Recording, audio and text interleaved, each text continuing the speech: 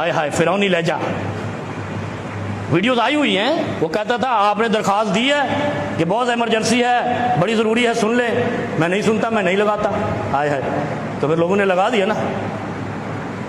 لوگ اچھا وہ میں کچھ لوگوں کو دیکھ رہا ہوں، وہ کہتے ہیں جی ہم مذمت کرتے ہیں، تم اصل میں بے غیرت ہو۔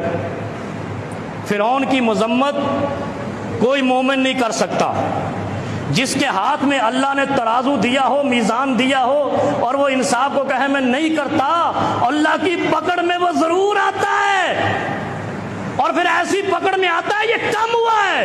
میں دیکھ دیکھ کر حیران ہوں، پاکستان کی ویڈیوز، رونا آتا ہے کس طریقے سے ماؤں بہنوں بیٹیوں کی تذلیل کی گئی ہے، کس طریقے سے گھسیٹا گیا ہے، اور ان پر ایک لعنت پڑی تھی، کہتے لعنت پڑنے کی مذمت کرتے ہیں۔ اصل میں تمہارے اندر حیا ہی نہیں ہے۔ اگر تمہارے اندر حیا ہوتا ہے دلو یا اقرب للتقوی، للتقوی، تقوی سے مراد یہ ہے کہ جس کے اندر اللہ کا خوف ہے وہ ناانصافی نہیں کرتا۔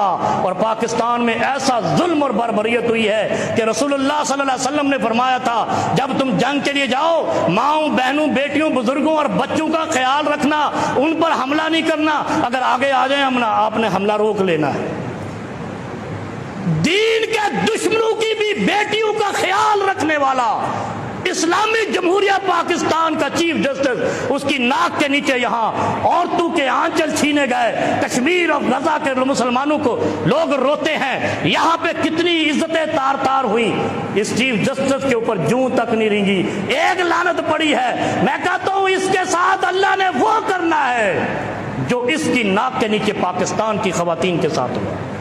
انشاءاللہ وہ دن آئے گا، ہم اس تذلیل پہ اس سابق چیف جسٹس کی اظہار مسرت کرتے ہیں، اطمینان کا اظہار کرتے ہیں، اور اللہ سے دعا کرتے ہیں کہ اللہ اس کی 7 نسلوں کو ایسا انجام دکھائے کہ یہ تذلیل ہو، ان کو انصاف زمین پہ نہ ملے، اور اللہ کل حشر میں اس کے ساتھ انصاف کرے۔